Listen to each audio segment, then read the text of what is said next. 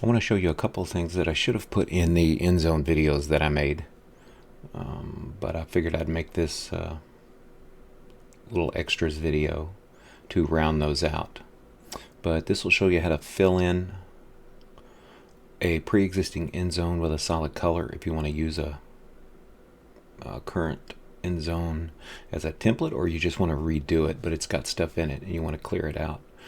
And also I'll show you how to add noise, which gives the images that are on the field a little bit of that grainy feeling, or a grainy look, like if they're painted on grass or turf.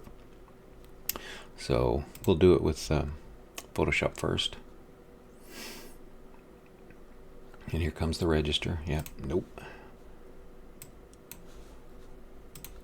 Now if you'll notice, if yours is set up like mine is, this over here that says navigator, move it so now you can see the color swatch, and that way you can choose your foreground and background colors. So let's open an end zone that has text in it.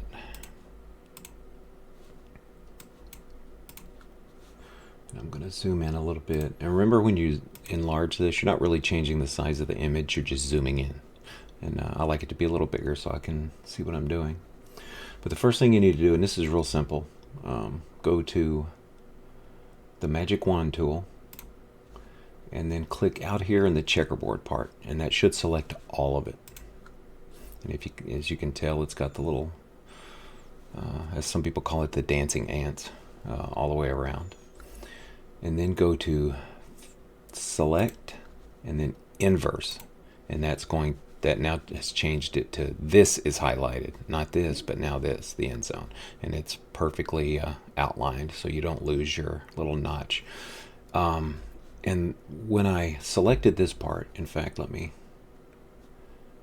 show you again. I should have done this. When you select out here, go up, when you click on the magic wand, this will pop up, and I set it a tolerance of 150. The higher the tolerance, the more it will select. But since this is, there's nothing here, it's not that big a deal, but I set it to 150 just for the heck of it. Anti-alias I leave on. These two, I don't have them selected. I don't think it really matters in this case. So then you click here. Now you've selected all of this, then go to select and then inverse, which means it's going to flip it. Now this is selected, and you can see you didn't lose your notch or anything. Then go to edit and then fill, and this should be set to foreground color. And I haven't touched any of these, so this would be your foreground color. So when you click OK, boom, it changes this to blue, and then you can click select and then deselect, and now you have this end zone with a solid color, whatever color you may have wanted. And then you can just file and save as, save.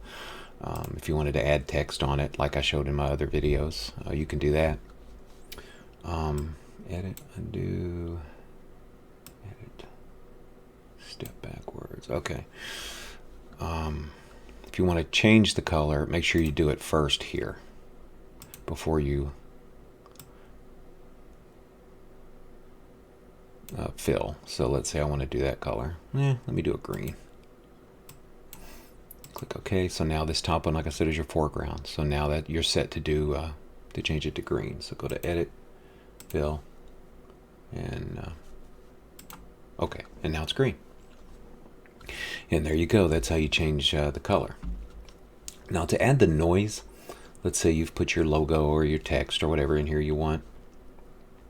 And I haven't done this yet, so let me try this out. Filter, go down here to noise, and then add noise. And then here it gives you a preview.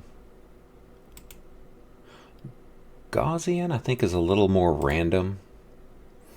You can just decide whichever one you want. Let's see, monochromatic. I don't really like any color or anything in my in the noise, so I'll select monochromatic. There's similar settings on Paintshop Pro also. But then you can drag this to select the amount. And I like that it shows you here too. That's nice. And if you're happy with that, then you click OK, and there you go. Now you have noise. And that's all there is to doing that in Photoshop.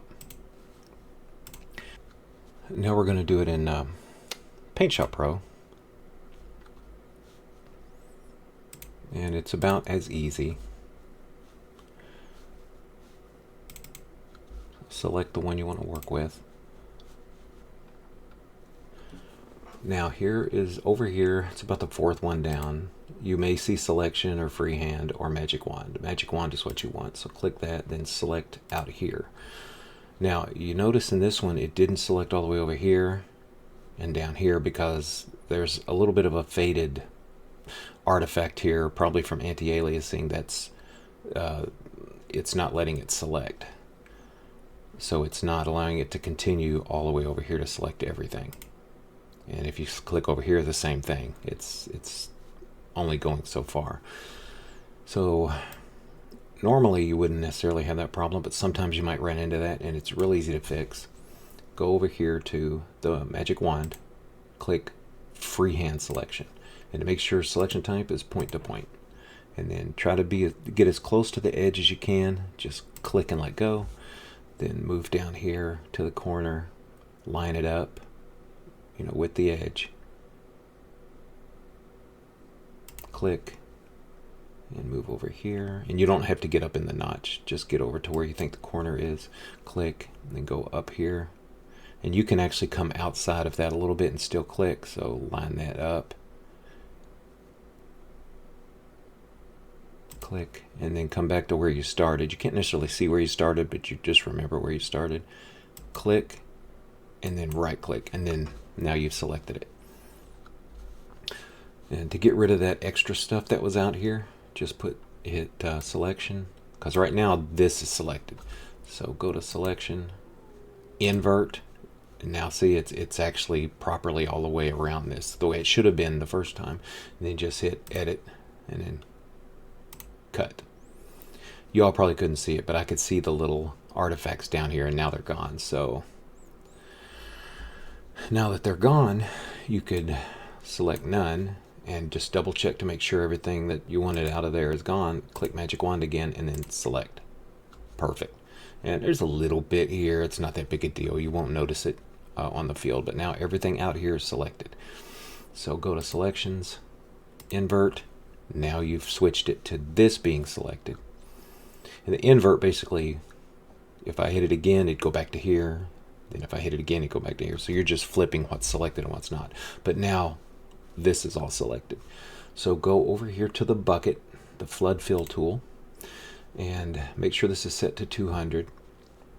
And that's the highest it can go. But that means that when you click on this, it's going to fill the whole thing. The lower it is, it'll only fill parts of it, and the lower and lower it gets, the less it fills. So if you set it to 200, it's going to fill the whole thing. And you can go over here, and it's the foreground color. The top one is what the paint bucket uses, so just choose whatever color you want. Let's go with whatever that is, dark greenish thing, and then come back over here and click, and boom, there you go. You're all good. And you can put text on it and whatever else. And when you're done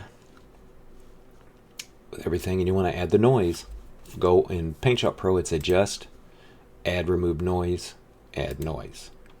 And let's see, Gaussian, monochrome, random. I think in Paintshop Pro I usually use random and monochrome. And this is how much noise. You notice that's a little too much. You don't want it to be too crazy, but just lower it. Let's see, maybe Gaussian. Yeah, Gaussian's better. Actually, yeah, I do use Gaussian because that random didn't look right. Gaussian, see, that's kind of cheesy. Uniform, it's okay, but Gaussian just seems to give a better look for me, but you can do whatever you want. And if you like a little color in there, go ahead. It's not that big a deal. But you can use the slider to lower it, or you can just up and down arrow to gently adjust it. You don't get a preview out here like you do in Photoshop, but this is good enough. Just make sure this is clicked, and it gives you the preview. But once you're happy with that, then click OK, and you're good. And you don't have to select select none or anything. You can save it with the little outline showing. It doesn't affect anything. But then you just file, save as, and just make sure it's PNG and save it however you want. But that's it.